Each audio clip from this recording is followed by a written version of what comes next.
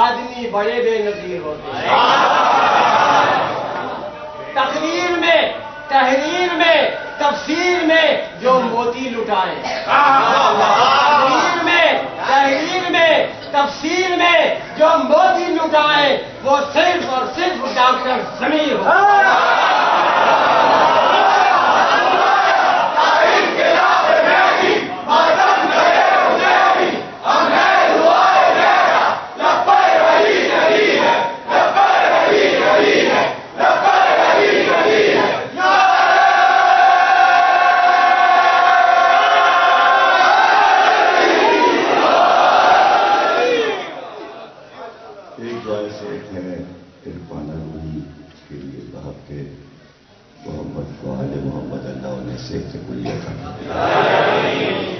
صلوات پڑھیں۔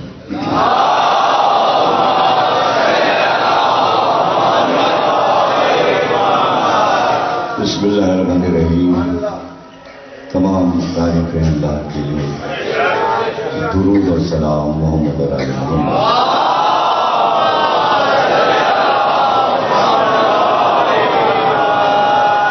1432 ہجری کے شہر جیلو کی نویں تقریر آپ حضرات سماعت فرمائیں۔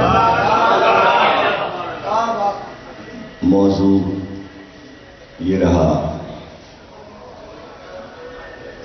کہ شان رسالت کے دو پہلو۔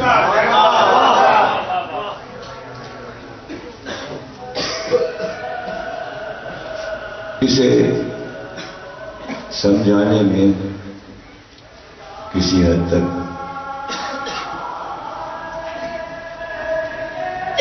یہ کوشش رہی کہ کردار انبیاء مکمل سمجھ میں آ جائیں۔ دیکھیے، کسی بھی شخصیت اور جبکہ عظیم شخصیت ہو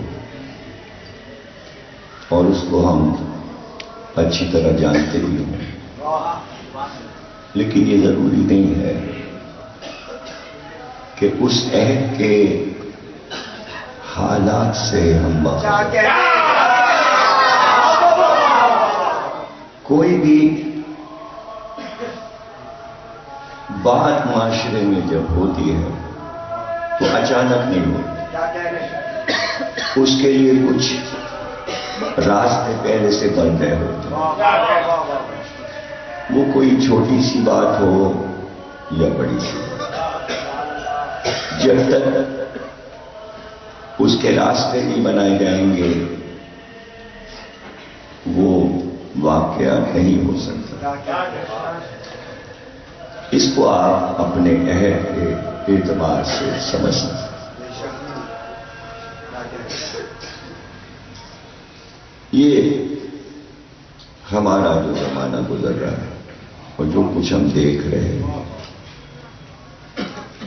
اگر آپ تجزیہ کر رہے ہیں اور مشاہدہ کر رہے ہیں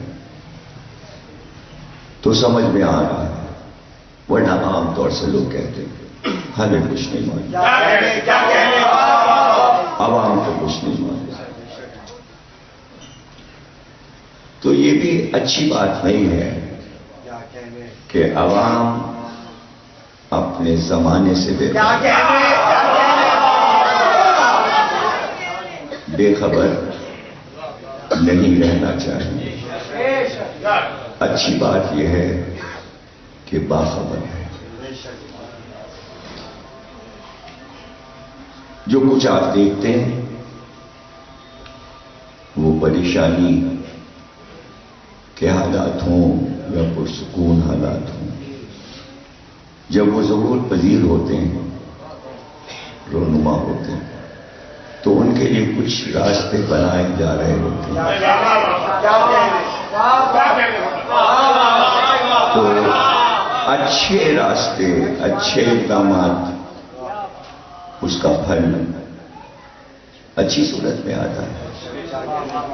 اور جب برے طریقے سے کچھ چیزوں کو بنایا بگاڑا جا رہا ہو تو اس کے نتائج ظاہر نقصان دہ ہوتے ہیں.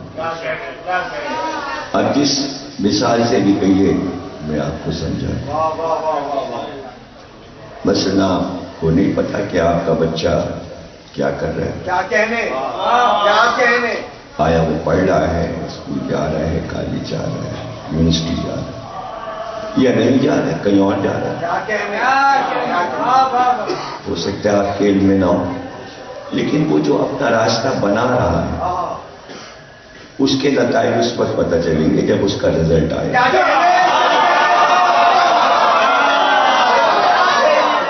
اب آپ کو نہ اچھا پتا نہ برا پتا, لیکن رزلٹ آنے کے بعد اب آپ سمجھ گئے کہ اگر رزلٹ خراب آیا تو آپ سب سمجھ گئے کہ کہاں جا رہا ہے, کیا کر رہا ہے.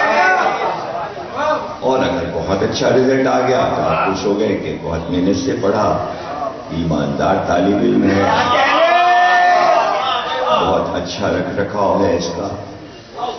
تو رزلٹ سے پیچھے کا سب پتہ چلتا. تو اگر پہلے سے آپ نے نظر نہیں رکھی, حالانکہ رکھنا چاہیے تھا, تو کم از کم رزلٹ نے بتا دیا کہ کیا کیا ہو چکا.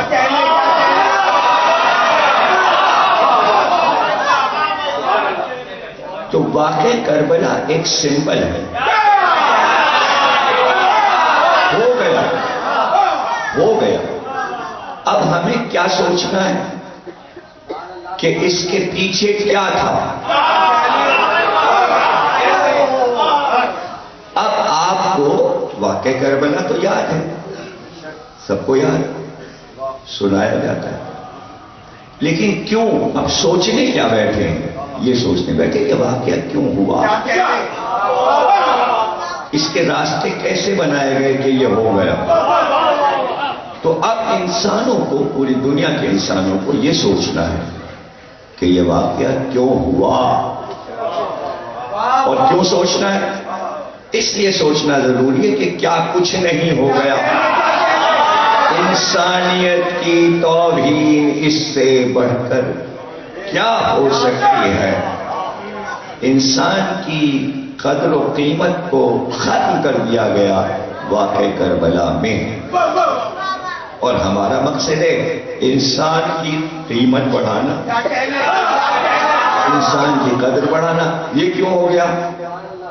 تو اس لیے ضروری ہے یہ پتہ لگانا کہ کیوں ہوا, اس کے راستے کہاں سے بنے, کدھر کدھر سے آئے, کیا تیاری ہوئی, اور کتنے عرصے سے یہ راستہ بنایا جا رہا تھا, اور اب یہ رزلٹ برآمد ہوا.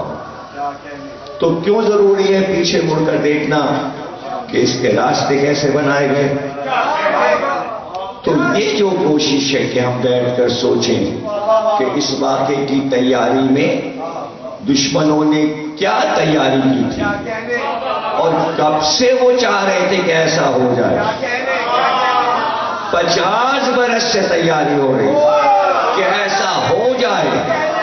تو اب ہم یہ کیوں پتہ لگائیں کہ 50 برس کیا ہوتا رہا کہ ایسا واقعہ ہو گیا.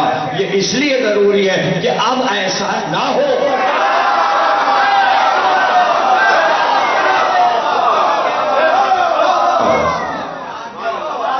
اب ایسا انسانیت کے ساتھ نہ ہو, اس لیے کہ اس ایک واقعے سے انسانیت کا اتنا بڑا نقصان ہو گیا کہ اس نقصان کو قیامت تک پورا نہیں کیا جا سکتا.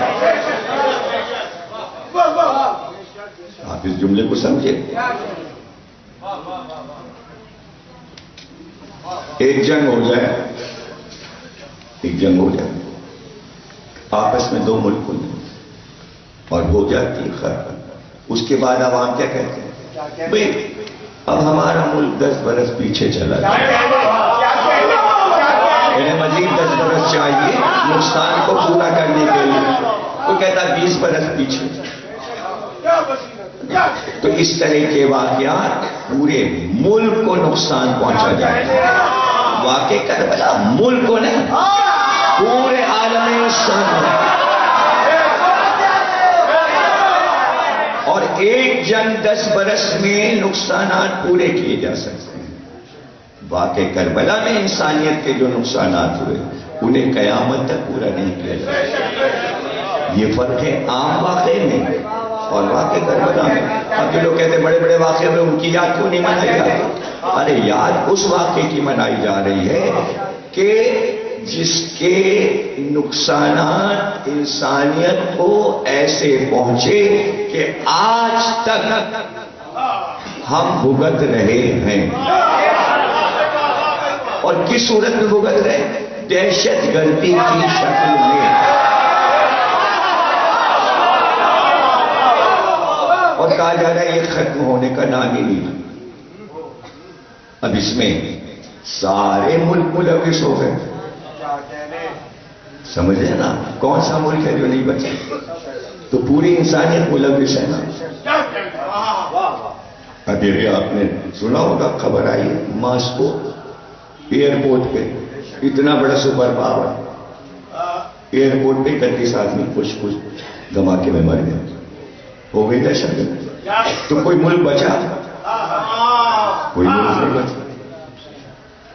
تو یہ کیا ہو رہا ہے؟ انسانیت کو نقصان پہنچ رہا ہے۔ یہ کیا ہے نقصانات؟ واقع کربلا آپ نے رونما کر دیا، نہیں سمجھا؟ یہ الزام میں نے جلدی سے کیوں دے دیا؟ اس لیے دے دیا کہ دہشت گردی میں بہت سی قومیں شریک ہیں، لیکن یہ الزام صرف مسلمانوں پر ہے۔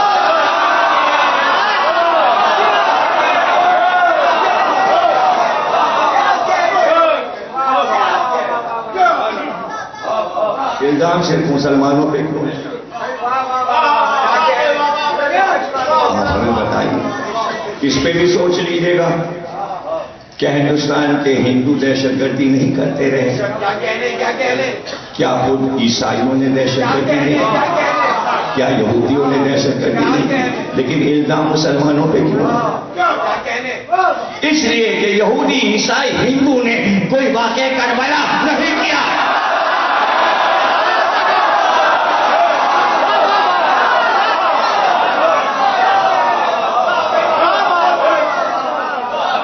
بچ گئے، یعنی کائنات کی سب سے بڑی دہشت گردی سن 61 ہجری میں واقع کربلا کی صورت میں مسلمانوں نے کر دیا۔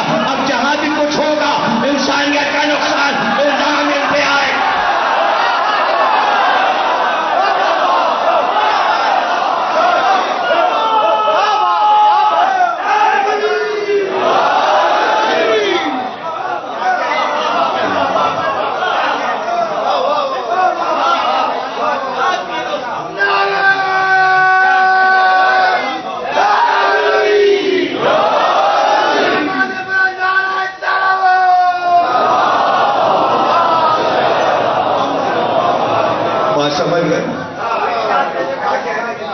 تو جناب عالی آپ کیسے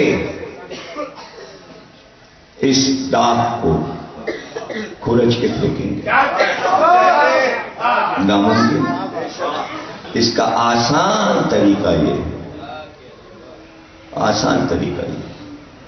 کہ جن لوگوں نے اس واقعے کو بنایا، روٹ بنایا، تیاریاں کی، بنیادیں ان سے نفرت شروع کر دی، آپ بچ جائیں گے۔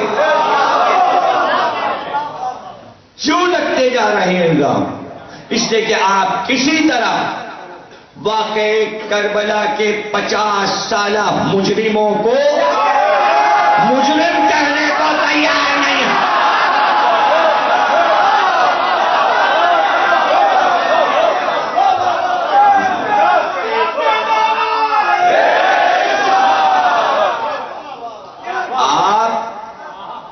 بجائے اس کے کہ انسانیت کے ازالے کے طور پہ خدمت کرتے کہ بھائی جو واقع کربلا میں نقصان ہوا ہے مسلمانوں کو اس کا کچھ انتظام کیا جائے، زخموں کا علاج کیا جائے۔ الٹا کام کہ قاتلوں کو کیسے بچایا جائے، اس کوشش میں عمریں گزر رہی، قلم کی روشنائیاں ختم ہو جا رہی، تقریروں میں گلے سوکھے جا رہے ہیں، ترکیبیں ہو رہی کیسے بچانے کیسے بچانے کیسے بچانے۔ جتنا بچاتے جا رہے ہیں اتنی دہشت گردی کا الزام بڑھتا جا رہا ہے۔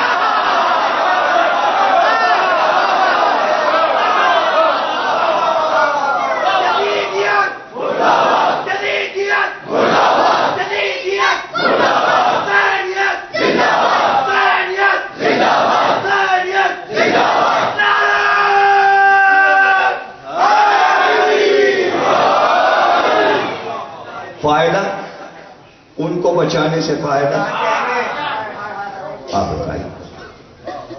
ارے بھائی اتنا اختیار ہو آپ کے پاس کہ آخرت کی جہنم کی آگ سے اگر آپ بچا سکتے ہیں تو بچا لیجیے۔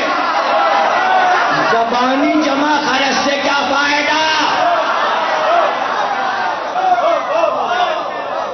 اب تک تو بچاتے بچاتے آپ یہ اعلان نہ کر سکے کہ وہ جنت میں جائیں گے، اس لیے کہ جنت جہنم کے فیصلے رسول کے دور میں ہو چکے۔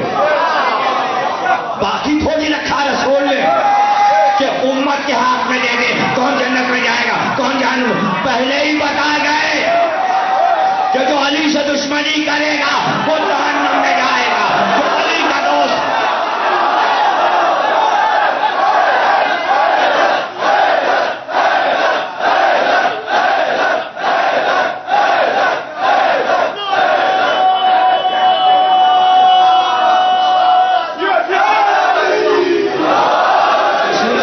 تشنا نہیں چھوڑا، اگر تشنا چھوڑ جاتے تو جنت بٹ رہی ہوتی، جنت بک رہی ہوتی، لینڈ مافیا والے جنت کو چھوڑ دیتے۔ سن لو جملہ، جو بدک کو نہ چھوڑا تو جنت کو کیا چھوڑا۔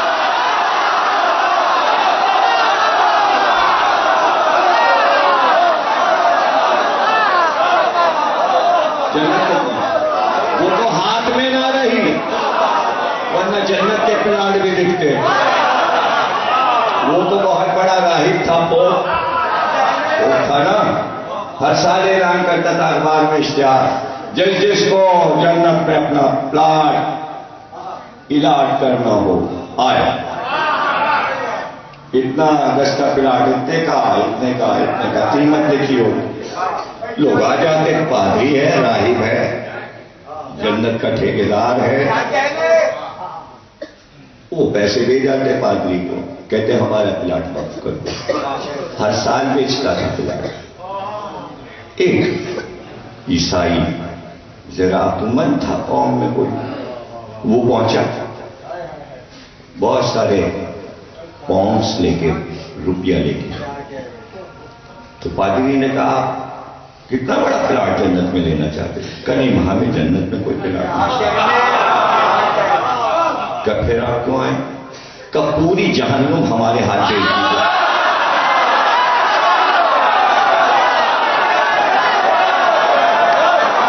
پوری جہنم، جتنا کہیں گے ہم پیسہ دیں گے جہنم ہمارا۔ اس نے کہا ٹھیک ہے آپ جتنا لائے دے دیجیے، جہنم آپ کی ہو گئی۔ اس نے لکھوا دیا پادری سے کہ جہنم میں نے اس کے ہاتھ بیچ دیا اور اس نے اتنی قیمت مجھے دی۔ دوسرے دن اس آدمی نے اخبار میں اشتہار کیا، کہا میرے بھائیوں جہنم میں نے خرید لیا، اب ڈرنے کی ضرورت نہیں ہے، جنت میں پلاٹ نہ لو، سب کو جانا ہے۔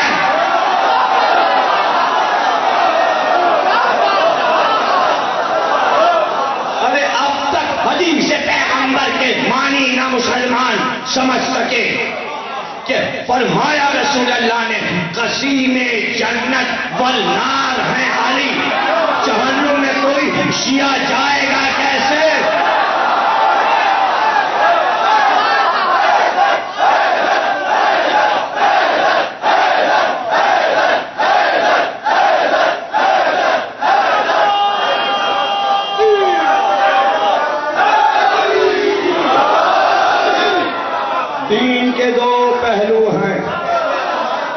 آسمانی مذہب میں دو پہلو ہوتے ہیں، ایک روحانی اور ایک مادی۔ روحانی آپ چھوڑ دیجئے، جنت ملے گی، ثواب ملے گا، قبر میں کیا ہوگا، برزخ میں کیا ہوگا، محشر میں کیا ہوگا، ارے سب چھوڑیے، اندیکھی باتیں ہیں۔ آئیے مادی دنیا کی بات کرتے ہیں، جو گزر رہا ہے، جو گزر چکا، جو آنے والا ہے۔ قوم کو تو سنبھالیے، جسے جہنم میں جانا جانے دیجیے، جسے جنت میں جانا جانے دیجیے، کس کا ثواب کس کا عذاب، آئیے بات کر لیجیے مادی دنیا، کہ مادی دنیا کو واقعی کربلا سے کیا نقصان پہنچا۔ یہ سب بھول جائیے، جو حسین کو روئے گا تو وہ جنت پہ جائے گا، تو یہ ہوگا جو ماتم کرے گا، اور کچھ نے کہا بدعت ہے اور یوں ہے اور نہیں، رونا نہ چاہیے اور کالے کپڑے، ارے اس بحث کا کوئی فائدہ؟ یہ تو وہاں کے لیے باتیں ہیں، وہ دن جب آئے گا دیکھا جائے گا۔ اس وقت آؤ بیٹھ کے سارے دنیا کے مسلمانوں یہ سوچو کہ یزید نے انسانیت کو کیا نقصان پہنچایا۔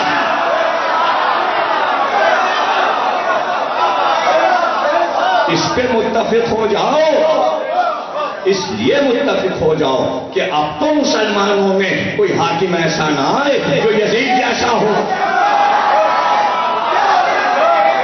اور صرف یہ نہیں کہ ظاہری یزید لگے، ایسے حاکموں کو بھی ڈھونڈو جو اندر سے یزید ہو۔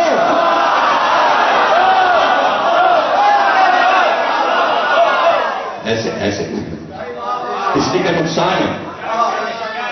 تو ایک لفظ ہوتا ہے جو کاغذ پہ لکھا ہوتا ہے، واقعہ کربلا۔ آپ دیکھ تو نہیں رہے نا، یا آپ سنتے ہیں یہ لفظ کسی سے یا کاغذ پہ لکھا ہوا دیکھتے ہیں، دو ہی سنتے ہیں، یا کاغذ پہ لکھا دیکھا یا کسی سے سنا واقعہ کربلا۔ اور آپ کے ذہن میں کتنے سفر ہوتے ہیں اور کہاں کہاں آپ جا رہے ہوتے ہیں۔ تو واقعہ زندہ ہے نا، اس لیے کہ آپ کا ذہن کام کر رہا ہے، خون کی روانی، دل کا راستہ، آنکھوں کا راستہ قائم ہے، واقعہ زندہ ہے۔ وہ مردہ واقعے ہیں جو ذہن میں نہیں چل رہے۔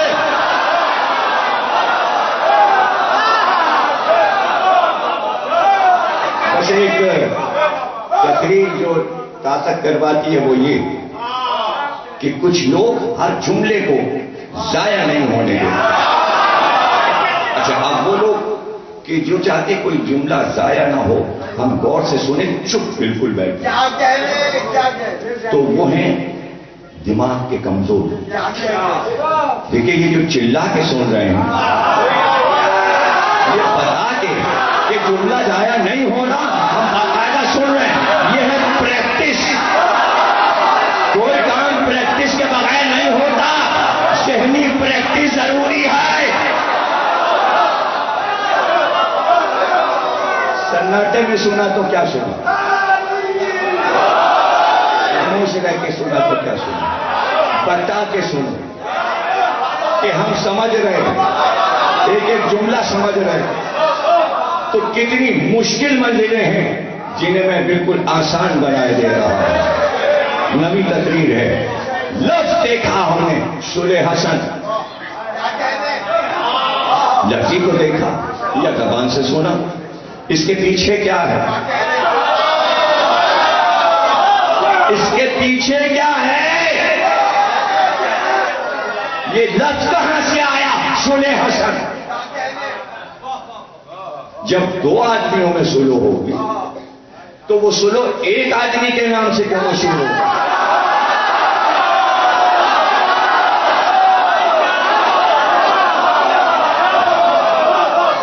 دو آدمیوں میں صلح ہو رہی، دو آدمی لڑ رہے تھے، دونوں میں صلح ہو گئی، تو صلح فلاں اور فلاں ہونا چاہیے، یہ ایک نام کیوں آیا، ایک سے منسوخ کیوں کر دیا؟ تو اس کے لیے پیچھے جانا پڑے گا، کیا تیاری ہو رہی ہے، کیا تیاری کیا ہو رہی ہے؟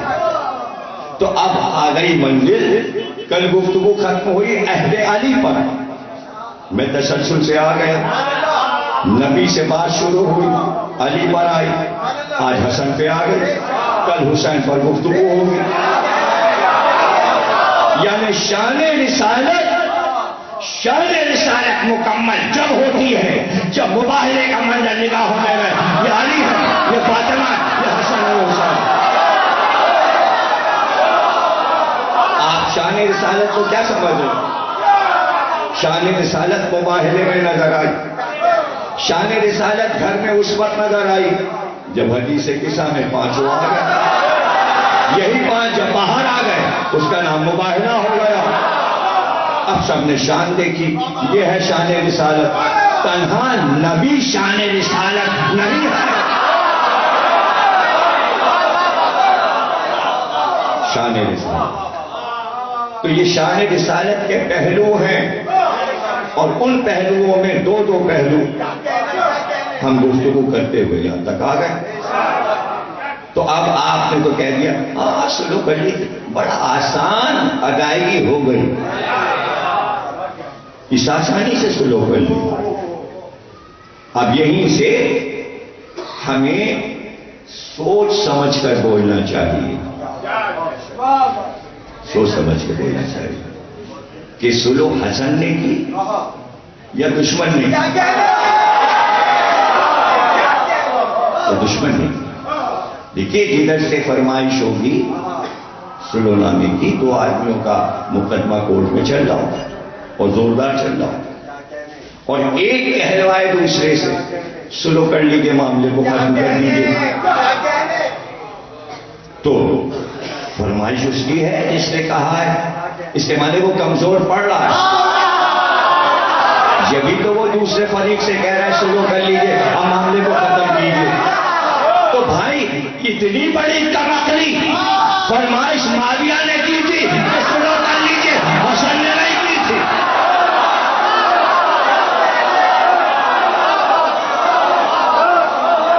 اگر مسلمانوں کو یہ بات نہیں معلوم تو کیا پوری امت جاہل ہے؟ تو کم از کم شیعوں کو تو معلوم ہو. حسن نے نہیں کہلایا تھا کہ سلو کر لے، معاویہ نے کاغذ بھیجا تھا کہ سلو کر لیجیے. کتنے لوگوں کو یہ بات پہلے سے معلوم تھی کہ فرمائش اس نے کی ہے کہ سلو کر لیجیے، اس کے معنی وہ کمزور پڑ رہا ہے. یہ بات کتنوں کو معلوم تھی؟ ہاتھ اٹھائیے، ہاتھ اٹھائیے. پہلے سے کتنوں کو معلوم تھی؟ ہاتھ اٹھائیے، پہلے سے کتنوں کو معلوم تھی؟ اس کے معنی 5-6 لوگوں کے ہاتھ اٹھے. تو یہ حیرت کی بات نہیں کہ شیعوں کو یہ نہیں معلوم اب تک کہ امام حسن نے معاویہ سے نہیں کہا تھا کہ سلو کر. ارے یہ حیرت کی بات نہیں ہے.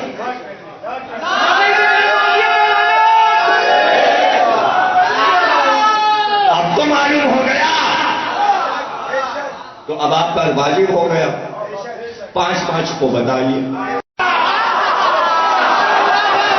سلح حسن کہنے کا مطلب یہ حسن کمزور پڑ رہے تھے تو انہوں نے کوئی ریکویسٹ کی معاویہ سے کہ سلو کر لے. ہے نا مکانہ سوچ. تو اب تک آپ اپنے ائمہ کو نہیں سمجھے. ٹھہرو. اور اگر ایک آدمی یہ سب کچھ سمجھا رہا ہے تو پوری قوم دشمن بن جائے. شرم آنی چاہیے.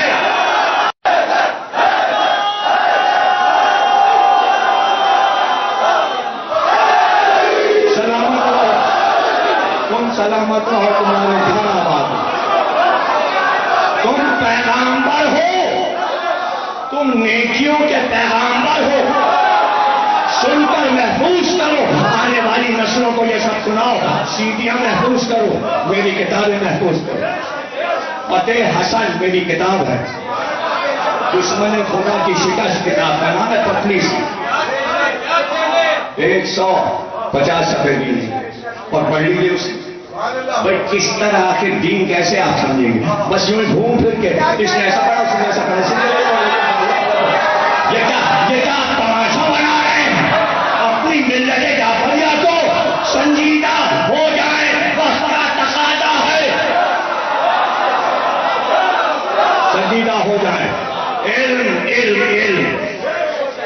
بچوں کا مستقبل تو نہ خراب کیجیے، جو ہونا تھا وہ ہو چکا، اب آگے کی تو سوچو،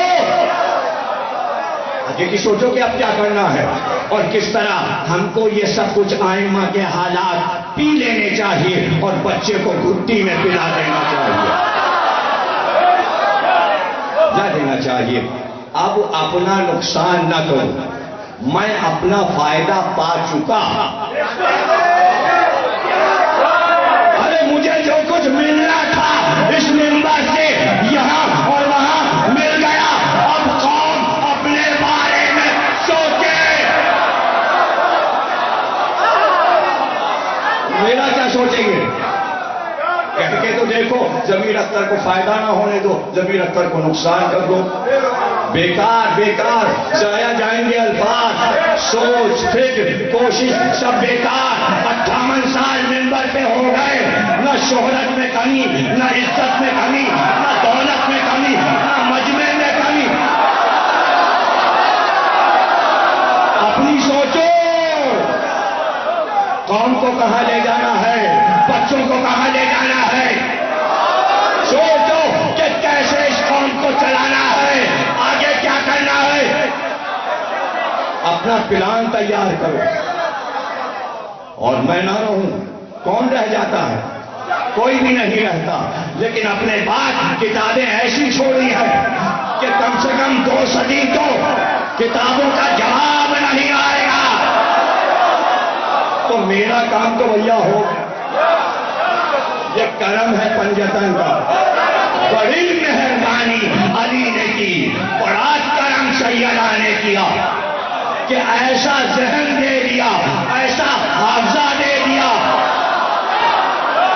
ایسا گلا دے دیا، ایسا سینہ دے دیا اور ایسی زندگی دے دی کہ آدھی روٹی پر 60 سال چلا لیے۔ ارے لوگ بغیر پیٹ بھرے جیتے نہیں، مجھے کھانا نہ دو، میں کتاب پڑھوں گا، پیٹ بھر جائے گا، تمہیں کیا پتا؟ ہے ان کی طرف سے عطیہ ہے، اس میں کیا ہو گیا، کیا پریشانی ہے؟ تو عطیوں کے بعد دے رہا ہوں، تو اب سن لو، کاغذ اس نے بھیجا، سادہ کاغذ اس نے بھیجا، حسن کے پاس شرطیں لکھ دیجئے، میں سلو کو تیار ہوں۔ تو شکست کس کی ہوئی؟ سلو کس نے کی؟ اب رہ گیا یہ کہ کسی واقعے کے پیچھے کیا چل رہا ہوتا ہے، اس پہ ہم مسلسل گفتگو کریں گے اور آگے چل کے ہم قصر مسیب کے عشرے میں اس موضوع کو کامل کریں گے۔ اس کے بعد کچھ علم کے بعد تو ہم پنجاب میں ہماری تقریریں، ملتان، لاہور، اسلام آباد، لیکن 29 سفر سے قصر مسیب میں گفتگو کریں گے اور اس موضوع کو وہاں کامل کریں گے۔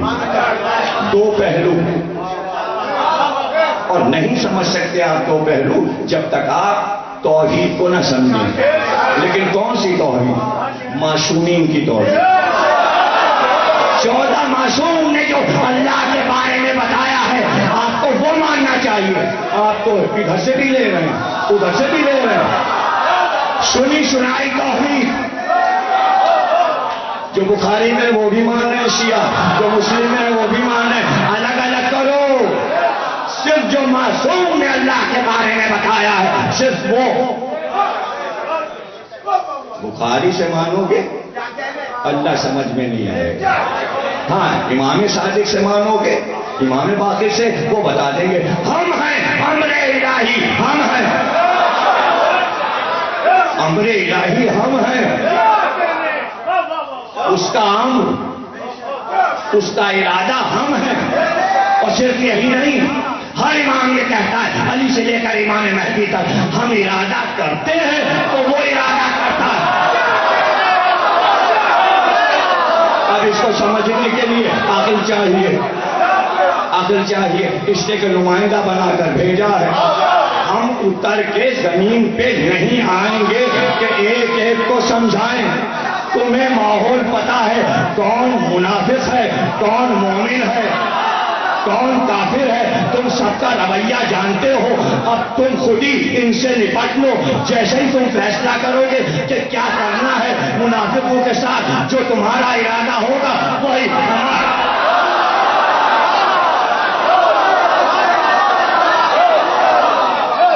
سمجھ رہے نا؟ وہی پیغمبر سے آتی ہے کہ اب ایسا کرو، اب ایسا کرو۔ امام کے لیے وہی نہیں ہے بلکہ ڈائریکٹ ہے کہ تم ارادہ کرو، وہی ہمارا ارادہ۔ کیا اس پہ شرطیں لکھ دیجئے؟ کس سے کہا؟ امام حسن سے۔ کاغذ آیا، امام حسن نے کاغذ لیا، شرطیں لکھنی ہیں۔ اب حسن نے ارادہ کیا کاغذ پہ لکھنے کا، ادھر حسن نے ارادہ کیا، ادھر اس نے ارادہ کیا، ادھر حسن نے ارادہ کیا، ادھر اس نے ارادہ کیا۔ تو حسن نے کیا کیا؟ نہیں سمجھے؟ امام حسن نے ارادہ کیا کہ کاغذ پر قلم چلے، ادھر اللہ نے ارادہ کیا تمہارا ارادہ ہمارا ارادہ۔ حسن نے فوراً لوح کی طرف دیکھا، ابھی ٹھہر جاؤ، جلدی جلدی نعرے نہ مارنا، سارا اسٹاک ختم ہو جائے گا۔ قائم رضا نے کہا دیر تک پڑھیے گا، آج تمہیں پتہ نہیں ہے، تھکو نہیں، جو بیٹھ لو، پہلے بات کو سمجھ لو، نعرے بچا لو آخر کے لیے، ابھی تو شروع ہے، آخر میں کیا کرو گے؟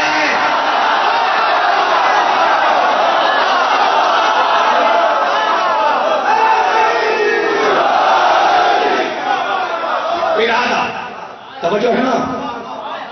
حسن نے ارادہ کیا، ادھر اس نے ارادہ کیا، اس کا ارادہ جیسے ہی وہ ارادہ کرتا ہے قلم اٹھتا ہے، اللہ کے ارادے کو لوح پہ لکھنا شروع کر دیتا ہے۔ ادھر ہوا ارادہ، جب ادھر ہوا ارادہ تو اس نے کیا ارادہ؟ اس نے کیا ارادہ؟ قلم چڑھا، لوح پہ خبر آئی۔ اب کیا خبر آئی؟ حسن کا ارادہ دل میں، اللہ کے علم میں، قلم کو معلوم ہوا، خود بخود اسے معلوم ہوتا ہے کہ اللہ کا ارادہ کیا ہے، قلم لوح پہ چلتا ہے، جیسے ہی قلم ادھر چلا حسن نے لوح کو دیکھا کہ حسن کا جو ارادہ تھا وہ اللہ نے کاغذ پہ لکھ دیا یا نہیں؟ ادھر اللہ کا قلم چلا، ادھر حسن کا قلم چلا۔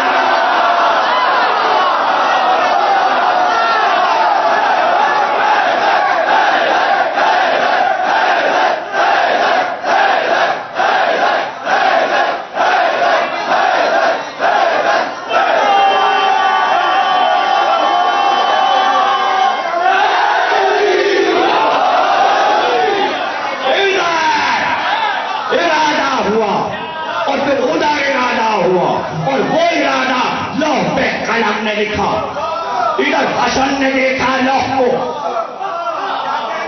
ابن حجر مکی اہل سنت راوی، کتاب سبائق محرقات، اہل سنت کی مشہور حدیثوں کی کتاب، ترجمہ یہاں چھپا موجود، کراچی میں مارکیٹ میں موجود۔ حدیث امام حسن چھوٹے سے مسجد میں بیٹھے، آپ نے بات کی امام حسن سے رسول خدا نے۔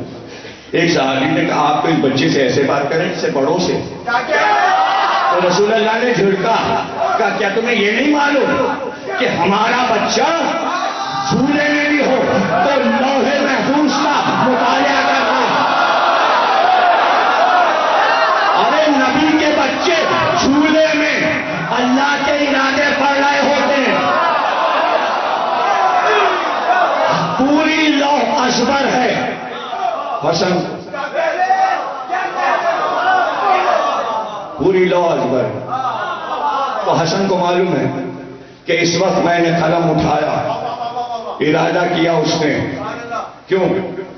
یہ بھی تو قول ہے نا، کبھی وہ ہم بن جاتا ہے، اب قلم لوح پہ چلا، وہاں لکھا گیا، حسن نے دیکھا، جیسی حسن نے دیکھا خبر آ چکی، میرے ارادے کی خبر اس کو ہو چکی، وہ لوح پہ لکھوا چکا۔ اب قلم چلا کہ ماریا اب تو حکومت اس شرط پہ لے گا کہ قرآن اور سنت پہ عمل کرے گا. اس کے معنی ابھی تک نہیں کرنا تھا.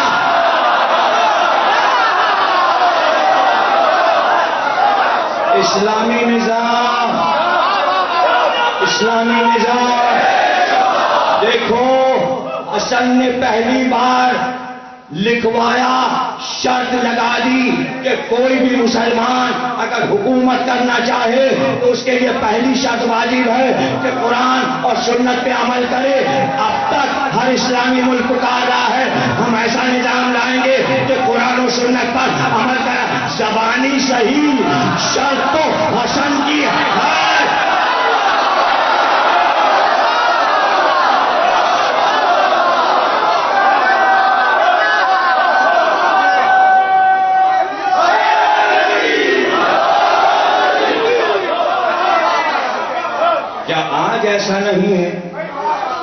ایسا نہیں ہے کیا سیاسی پارٹیاں جب حاکم بنتی ہیں تو وہ بار بار یہ اعلان نہیں کرتی ہم انتقام کی سیاست نہیں کرتے. جس ماحول میں رہتے ہو اس دور کی تو کچھ باتیں یاد رکھو, لیکن ایک کوری کاغذ تو نہ بن کے بیٹھو ماویہ کے کاغذ کی طرح.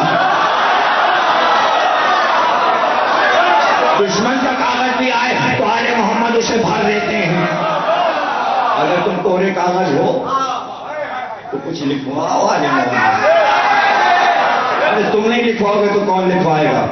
وہ تو حسن نے بچپن میں کہہ دیا تھا جا غلام زادے, تو غلام زادے کے ابا نے کہا لکھوانا.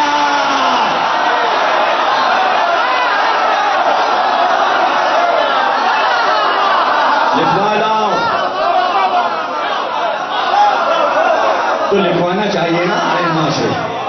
بڑوں نے لکھوانا چاہا تو آپ بھی لکھوائیے. یہ سادہ کاغذ دماغ کا نہ رکھا کیجیے. اور اب تو ٹیپ کا زمانہ ہے, CD کا, دماغ میں کچھ چپس لگا لیجیے. نہ یاد رہا کرے تو چپس جو ہے وہ ریکارڈ کر لے گا. بٹن دبایا ادھر سے چپ چلنے لگا, ہاں کیا پڑھا تھا میرا چلے, کیا پڑھا تھا. ارے بہت آسان ہو گیا, اب تو سب کچھ آسان ہو گیا. اب تو آخر بھی بٹ رہی ہے, اب تو بھیجا بھی بٹ رہا ہے, اب تو دل بھی بدل رہا ہے, اب تو گردے بھی بدل رہے ہیں, اب تو جگر بھی بدل رہا ہے, اب تو ہاتھ اور پیر بھی بدلے جا رہے ہیں. جو خراب ہے بدلوا لو.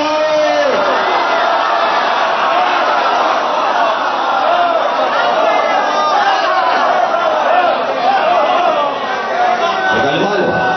توجہ ہے نا آپ کی, توجہ رکھیے گا. پہلی شرط قرآن و سنت. ہم انتقام کی سیاست نہیں کرتے.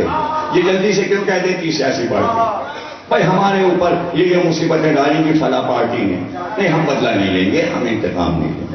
اعلان تو یہی ہوتا ہے نا. اور لیکن اگر تھوڑا سا ظلم ہو جائے تو اپوزیشن پارٹی بدلہ لیا جا رہا ہے. اچھا پوچھنا صحیح, زبانی صحیح.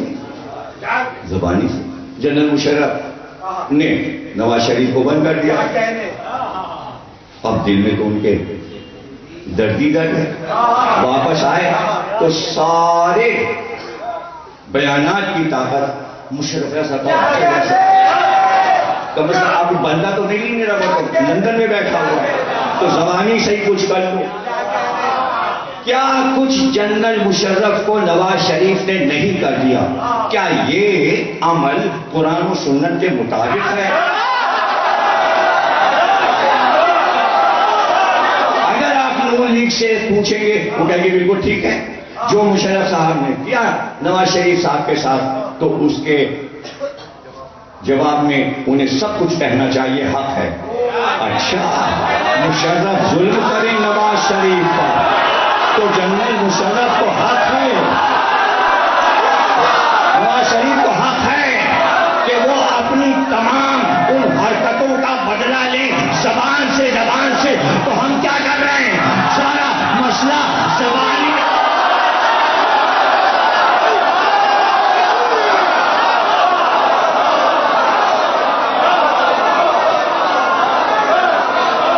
اور بھائی زبانی ہے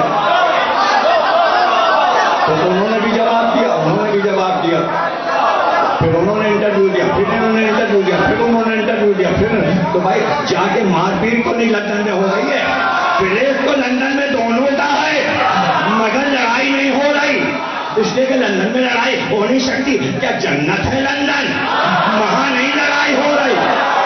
ارے ہماری مجلس جنت ہے، ہم لڑنے نہیں بیٹھے، ہم تو مذاکرے کے لیے بیٹھے ہیں. زبانی جواب دو اور جواب لو، جواب دو اور جواب لو. قرآن اور سنت لائیں گے. کس نے لکھایا؟ امام حسن نے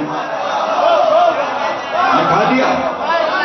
اچھا، امام حسن نے سب سے پہلے سلو نامے میں لکھوایا قرآن و سنت پہ اسلامی حکومت عمل کرے گی. ارے بھائی شرطیں اس لیے لکھی جا رہی ہیں کہ پورے عرب کی حکومت دی جا رہی ہے. پتہ چلا اصول شان رسالت کے لیے رسول کا بیٹا نانا کے اصولوں کے لیے حکومت صدقے کر سکتا ہے. اس کے لیے حکومت بڑی چیز نہیں ہے، اس کے لیے قرآن اور نبی کا آئین ضروری ہے کہ امت عمل کرے. اب بھی نہیں سمجھے؟ دو پہلو. آپ کو تو یہی فکر ہو گئی حسن نے حکومت کیوں دے دی؟ حکومت دے دی، اصول تو رکھے. تو اسلام حکومت ہے یا اصول؟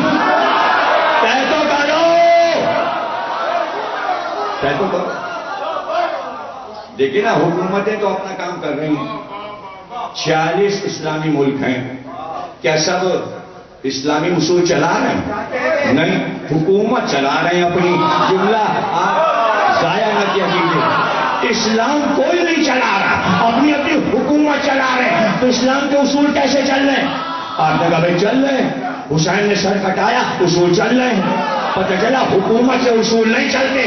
حسن نے حکومت دے کر کہا اصول حکومت سے نہیں چلیں گے، ہم چلائیں گے. اب مفہوم سمجھے صلح حسن کیا ہے؟ صلح حسن کو سمجھ لیں. اور میں دیکھ رہا ہوں، میں نے پیشین گوئی کر دی تھی، تھکتے جاؤ گے اور ہم دیکھ رہے ہیں. پریشانی نہ ہو، سنتے جاؤ اور ریسٹ لے لے کے ذرا سا ہمت کرو. سینوں کو مضبوط کرو، گلوں کو مضبوط کرو. ہم بھی مالش کرتے رہتے ہیں. پیاس لگ رہی ہے تو پانی منگائیں. توجہ ہے نا آپ کی؟ اب دوسری شرط لکھی، دوسری شرط لکھی، جہاں جہاں میرے باپ علی کے چاہنے والے ہیں ان کا قتل عام نہیں ہوگا. اس کے معنی شیعوں کو قتل کیا جا رہا تھا. ارے تب کی بات نہیں ہے، اب بھی ہے. اب بھی تو غور نہیں کیا. حسن سلو نامے پر اپنی شرطیں لکھ کر قرآن اور سنت کے ساتھ قرآن بھی بچانا چاہتے تھے، سنت بھی بچانا چاہتے تھے، تیسرے نمبر پر شیعوں کو بچانا. یہ ہے ہمارا ایمان، یہ ہے ہمارا ایمان. لے جا حکومت، بلکہ شیعوں پر سے یہ حکومت صدقے. تو ہم تو وہ ہیں جس پر اسلامی حکومت حسن نے صدقے کر کے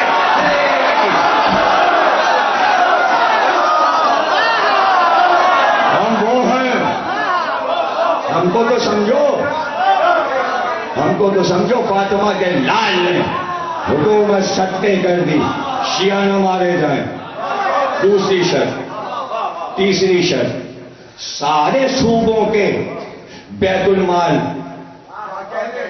جیسے اسٹیٹ بینک اس زمانے میں بیت المال یعنی ہر صوبے کا مال ایک جگہ جمع ہے. ہر صوبے کا مال تو ہڑپ نہیں کرے گا. اس لیے کہ میں حکومت کو دے رہا ہوں، میرے ساتھ ایک پوری قوم ہے جو شیعان علی کی ہے. اس لیے کوفے اور بصرے کا جو صوبے کی آمدنی ہے تجھے حق نہیں ہوگا لینے کا، وہ میں اپنے شیعوں پہ خرچ کروں گا. اس لیے کہ مجھے معلوم ہے تو میرے شیعوں پر دولت بند کر دے گا تو کیا میری قوم بھوکوں مرے گی؟ تیسری شرط ہو گئی. چوتھی شرط، اور اگر اس حکومت پانے کے بعد تو مر گیا تو مرنے سے پہلے تجھے میں حق نہیں دیتا کہ اپنے بعد کسی کو بادشاہ بنا، اس لیے کہ جیسے ہی تو مرے گا، اگر میں زندہ ہوں حکومت پھر میری طرف پلٹے گی، اور اگر میں نہیں ہوں تو حسین کی طرف پلٹے گی۔ 10 شرطیں لکھائیں حسن نے، اور کاغذ کا یہ لے حکومت اور یہ لے کاغذ۔ اب حکومت تو اس نے لے لی، اور جب کاغذ اس نے لیا تو کھڑے ہو کے تخت کے نیچے کاغذ حسن کا زمین پہ رکھا اور جوتے سے مسلا اور کہا حسن کا کہ یہ شرطیں میرے جوتوں کے نیچے۔ پہلے سن لو، پہلے بات سے ایک بات سن لو، بات کو سمجھ لو، میرے جوتوں کے نیچے۔ اب بتاؤ معاہدہ کس نے توڑا؟ کیا سلو ہو گئی؟ بھائی حکومت ملی ہے شرطوں پر، آپ کے پاس کیا انصاف نہیں ہے؟ اگر یہی مسئلہ اس وقت افتخار چودھری موجود ہوتے اور عدالت میں آتا تو کیا فیصلہ دیتے؟ دنیا کی کوئی عدالت، عیسائی عدالت ہو یا کافر عدالت ہو یا مسلم عدالت، آج کیا فیصلہ دے گی 1400 سال کے بعد؟ کس کے حق میں فیصلہ دے گی کہ دولت لی ہے، زمینیں لی ہیں ان شرطوں کے لیے، لے تو لی دولت لیکن شرطیں پوری نہیں کی، تو یہ دولت لی ہے مانگ کے سلو سے یا ڈاکہ ڈالا ہے؟ تو عدالت کیا فیصلہ کرے گی آپ بتائیے؟ تو یہ ہوا مسئلہ، نہ قرآن پہ عمل ہوا نہ سنت پہ عمل ہوا۔ اور ایک شرط اور بھی سن لیجیے، کبھی فرصت سے ساری شرطوں پہ گفتگو کریں گے۔ آپ نے فرمایا امیر المومنین کا لقب میرے بابا علی پہ ختم ہوا، خبردار تجھ پہ حرام ہے اگر تو اپنے آپ کو امیر المومنین کہہ۔ سمجھ رہے نا؟ شرطیں اپنی جگہ رہیں گی، کتاب میں لکھی ہیں، اگر اس نے نہیں مانی تو قیامت تک شرطیں رہیں گی۔ آپ بات ہی نہیں سمجھ رہے، جب تک آپ یہ کہیں گے صلح حسن تو یہ کاغذ سامنے آ جائے گا، آپ کہتے رہیے صلح حسن، کاغذ سامنے آ گیا، صلح حسن، کاغذ سامنے آ گیا۔ تو اب ہم آپ سے پوچھیں صلح ہوئی؟ جو لوگ کہتے ہیں صلح ہو گئی تھی، صلح ہو گئی تھی، ارے کہاں ہوئی تھی؟ اگر صلح ہو گئی تھی تو کربلا کیوں ہوئی؟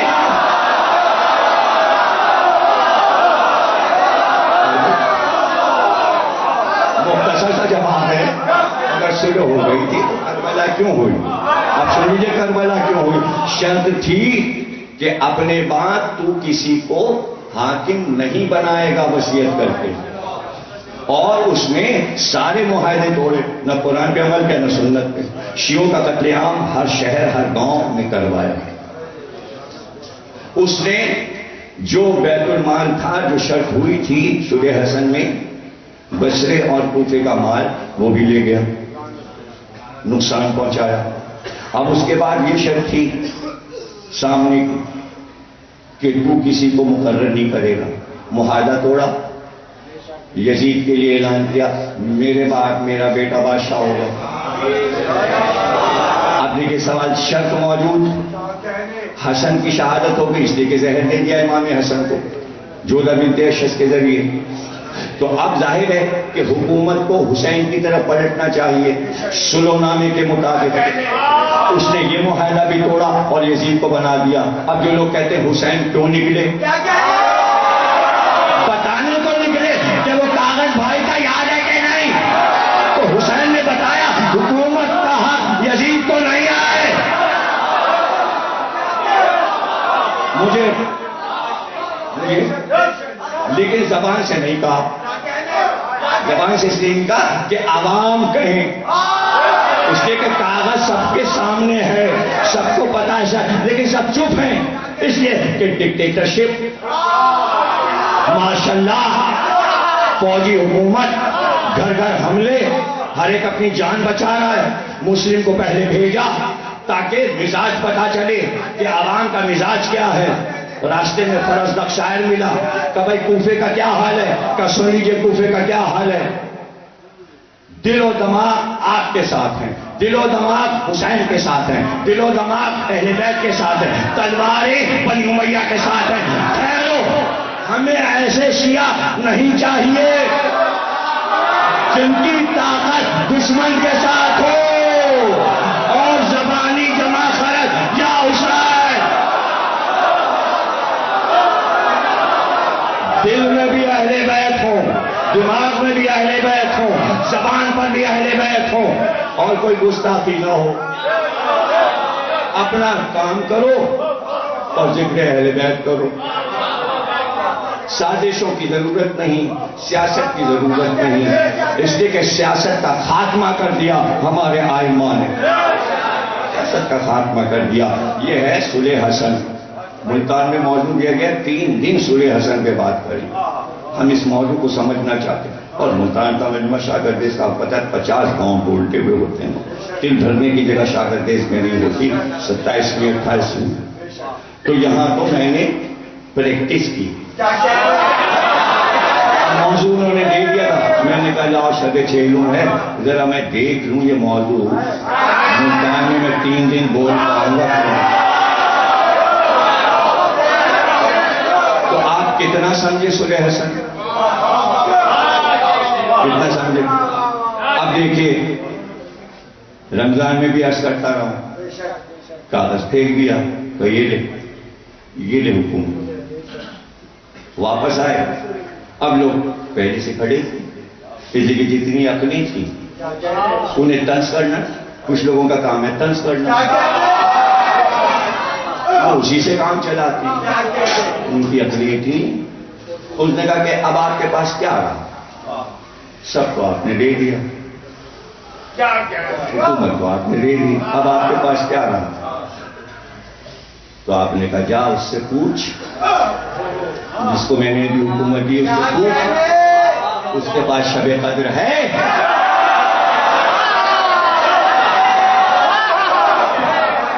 جا اس سے پوچھ اس کے پاس شب قدر ہے؟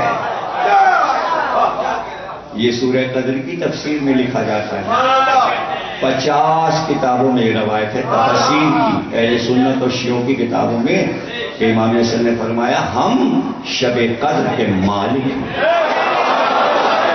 اللہ فی لیلۃ القدر. تمہیں کیا پتا شب قدر کیا ہے؟ مسلمانوں کو کیا پتا؟ کہنے والا اللہ ہے. جب اللہ کہے تو کسی کو نہیں معلوم کہ کیا ہے شب قدر، کسی کو نہیں پتا کہ کیا ہے شب قدر. اس لیے کہ آگے اللہ نے کہا وما ادراک ما لیلۃ القدر. تمہیں اتنا ادراکی ہی نہیں عطا کیا گیا کہ تم شب قدر کو سمجھ سکو. وما ادراک ما لیلۃ القدر. لیلۃ القدر خیر من الف شہر. یوں سمجھ لو کہ 1000 مہینوں سے افضل ہے. اور جو 1000 مہینے جوڑے گئے تو کل 85 سال بنے. 85 سال میں بنی امیہ اور بنی عباس کی حکومت کا خاتمہ ہو گیا. تم اسے حکومت سمجھ رہے تھے. یہ 1000 خیر من الف شہر. الف شہر 1000 کہتے ہیں الف کو عربی میں. شہر مہینے کو شہر کہتے ہیں. اور کیا ہے وہ فنا ہے. وہ 85 برس فنا. شب قدر جب سے شروع ہوئی قیامت تک رہنا ہے. کیسے رکھنا ہے قرآن نے بتایا. اس کے بعد خیر من الف شہر تنزل الملائکۃ والروح بإذن ربہم من کل امر سلام ہی حتی مطلع الفجر. کیا ہے شب قدر؟ کہ رات کو جب آتی ہے شب قدر آج سے روح اترتی ہے. میں ملائکہ اترتے ہیں. تنزل نزول ہوتا ہے روح کا. ملائکہ تو وہ روح اور فرشتے اترتے ہیں. کیا لے کے اترتے ہیں؟ اللہ کا ارادہ، امر الہی.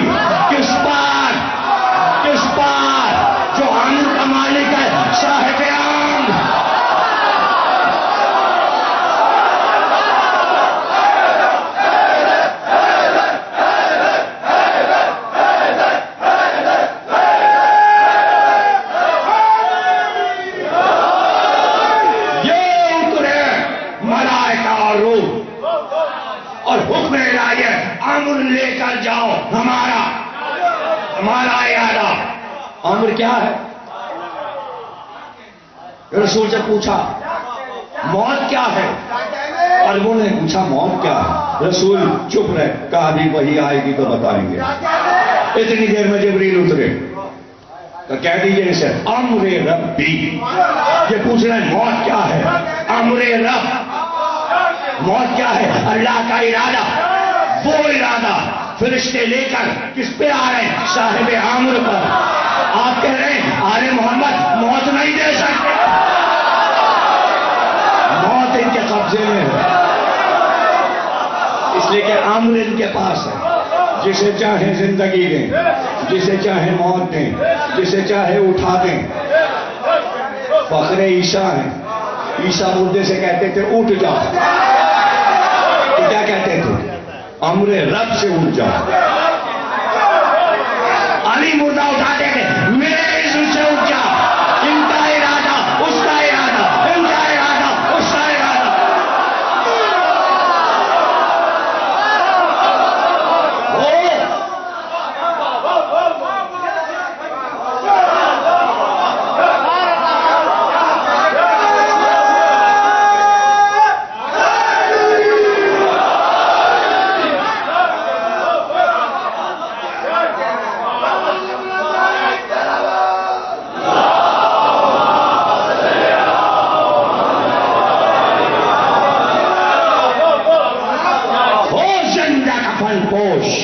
تو میت اسے سمجھے، وہ زندہ کفن پوش علامہ اقبال، وہ زندہ کفن پوش تو میت اسے سمجھے، یا چاک کریں مرد کے نادا کے کفن کو۔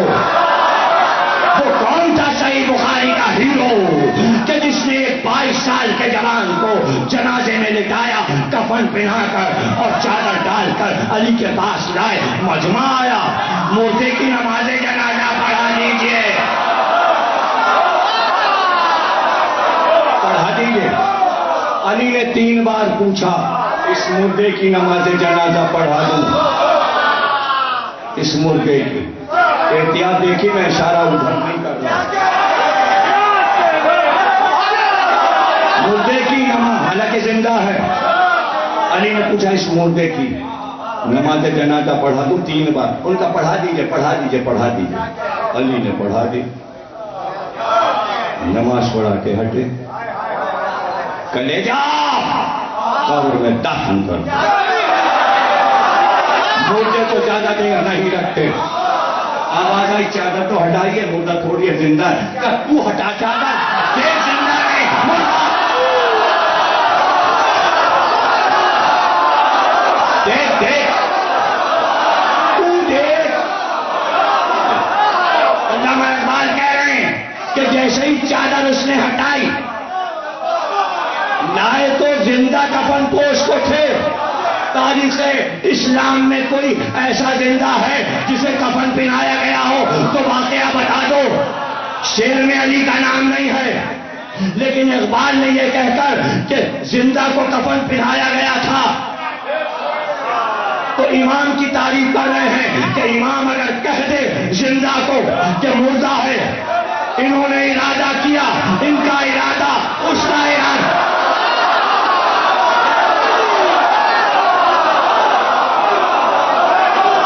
ان کا ارادہ اس کا ارادہ۔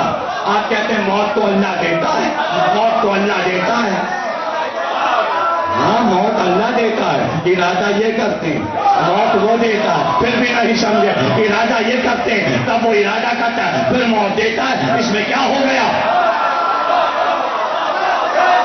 کیا ہو؟ اب مجھے بتا دو ملک الموت پہلے روح قبض کرتا ہے یا اللہ پہلے ارادہ کرتا ہے؟ اچھا ملک الموت روح قبض کر لے تو اس میں شرک نہیں ہو رہا، بیچ میں علی آ گئے، شرک ہو گیا۔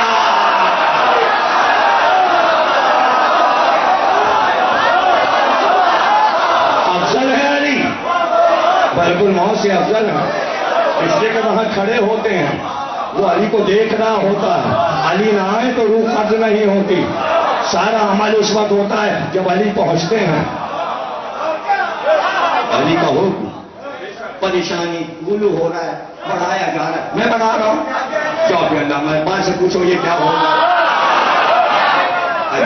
پاکستان کسی بڑے آدمی کی تو بات مانو گے، کسی حدیث سے، شیخ سلوک سے، شیخ مفید سے، بڑے عالم سے، ارے کسی کی تو مانو، کتابیں تو پڑھو، نیٹ پہ تو بیٹھو، کتابیں کھولو، کمپیوٹر پہ بیٹھو، نہیں خرید سکتے فیاض صاحب کا کہا ماننا کیا ضروری ہے کہ پیسے خرچ کیے جائیں، کمپیوٹر پہ کتابیں ہیں، کھولتے چلے جاؤ، پڑھتے چلے جاؤ، عربی کی پڑھو، فارسی کی پڑھو، اردو کی پڑھو، علم تو بڑھاؤ۔ ایسے ہی اقبال نے شعر کہہ دیا، اقبال نے کہا امام کی تعریف یہ ہے کہ زندہ اگر جنازے میں پڑا ہو، وہ زندہ کا پوش تو مردہ اسے سمجھیں، امام جسے مردہ سمجھ لیں وہ مردہ ہو گیا، یا چاک کریں مردہ کے نادا کے کفن کو۔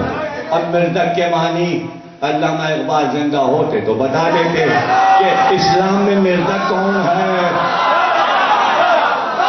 تاریخ میں مردہ کون گزرا ہے، تو بتایا کہ علی نے اس مردہ کا کفن چاک کر دیا، نادان کا کفن چاک کر دیا، اس لیے کہ قرآن میں آیت ہے کہ اے حبیب آپ کے گرد یہ جو چل پھر رہے ہیں یہ چلتی پھرتی میتیں ہیں۔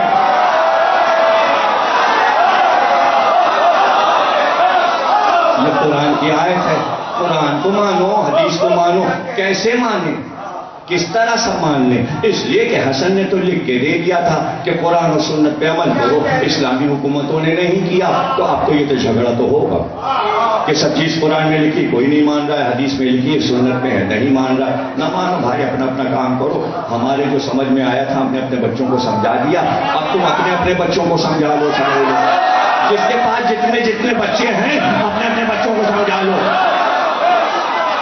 میں اپنے بچوں کو سمجھا لیا، یہ اپنے بچوں کو سمجھا لیں گے، پھر وہ اپنے بچوں کو سمجھا لیں گے، یہاں تک کہ وہ آخری بچوں کی فوج امامی زمانہ سے مل جائے گی۔ تو دو چیزیں لے کے جائیں گے بھائی، دو چیزیں ہم نے یاد کرا دی ہیں، ایک مولا علی کی محبت، ایک حسین کی عزاداری، یہی دو چیزیں کام آئیں گی، ہمارا کام تو ہو گیا۔ آج نویں تقریر ہو گئی، کل چہلم ہے، شب چہلم ہے، تو عزاداری کرنا بھی ہمارے بچوں نے خوب سیکھا ہے، بچے روتے ہیں، بچے ماتم کرتے ہیں، سروں پہ ہاتھ مارتے ہیں، یہی تو چاہیے، یہ سید سجاد کو پسند ہے، یہی حضرت زینب کو پسند ہے۔ اب میں پڑھ چکا اور آپ کو پتا ہے کہ وہ دن آیا کہ رات میں سر حسین قید خانے میں آ گیا۔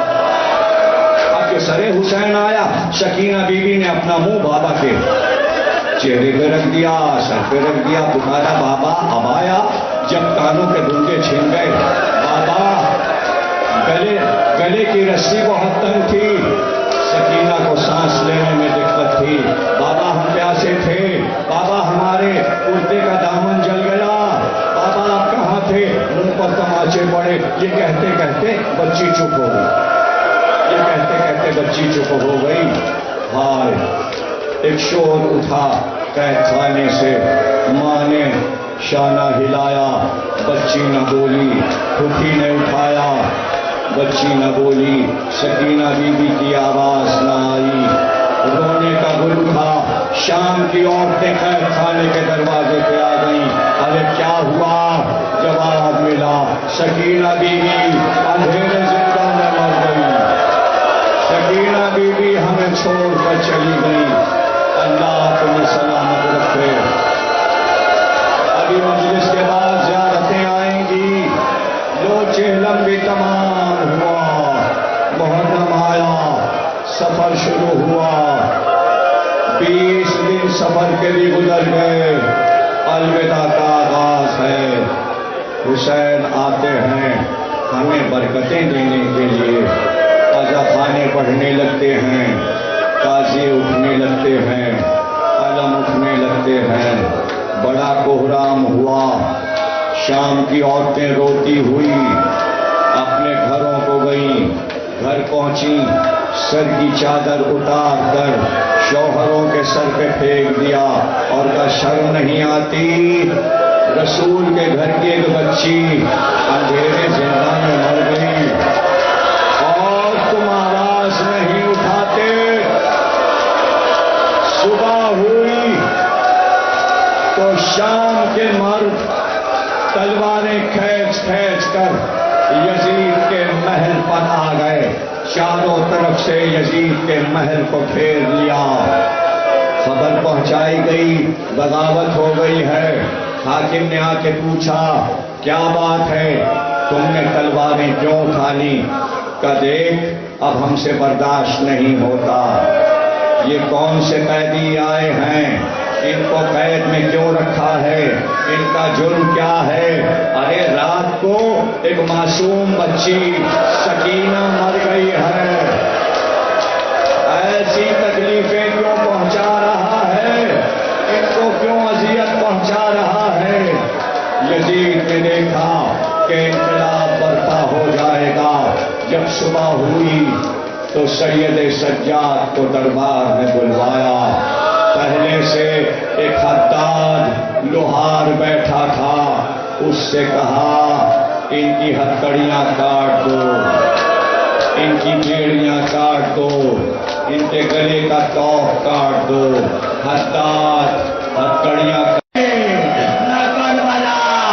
حاکم سے کہو ہم کو ایک مکان چاہیے، خالی مکان، جہاں ہم اپنے بھائی کی مجلس کریں گے، ہم ماتم کریں گے۔ سامنے جہاں 18 سروں کے امامے رکھے ہیں، یہ وہی مکان ہے جو شام میں زیارت کرتے ہیں، جو پورا مکان خالی کر کے دیا گیا، اور ایک بار حکم آ گیا دربانوں سے کہ قناتیں لگاؤ، پردے لگاؤ۔ ارے جس کی چادریں کربلا میں چھینی گئی، جسے شام کے بازار سے گزارا گیا، آج کی مسند کو بچھا کر سید سجاد کے پاس آئی اور دونوں ہاتھ باندھ کر کہا میرے لال سید سجاد بیٹا اٹھو، بابا کی مسند پر بیٹھ جاؤ۔ سید سجاد باپ کی مسند پہ بیٹھ گئے، ایک بار رو کر کہا پھوپھی اماں آپ کیا چاہتی ہیں؟ کہا میرے لال گئے۔ زینب نے کہا اب زینب کربلا جائے گی، ہماری آئی اونٹ آئے سجے ہوئے اونٹ، اب جو دیکھا تو ضربت کے پردے تھے، تو سید سجاد زینب نواریوں میں نہیں بیٹھے،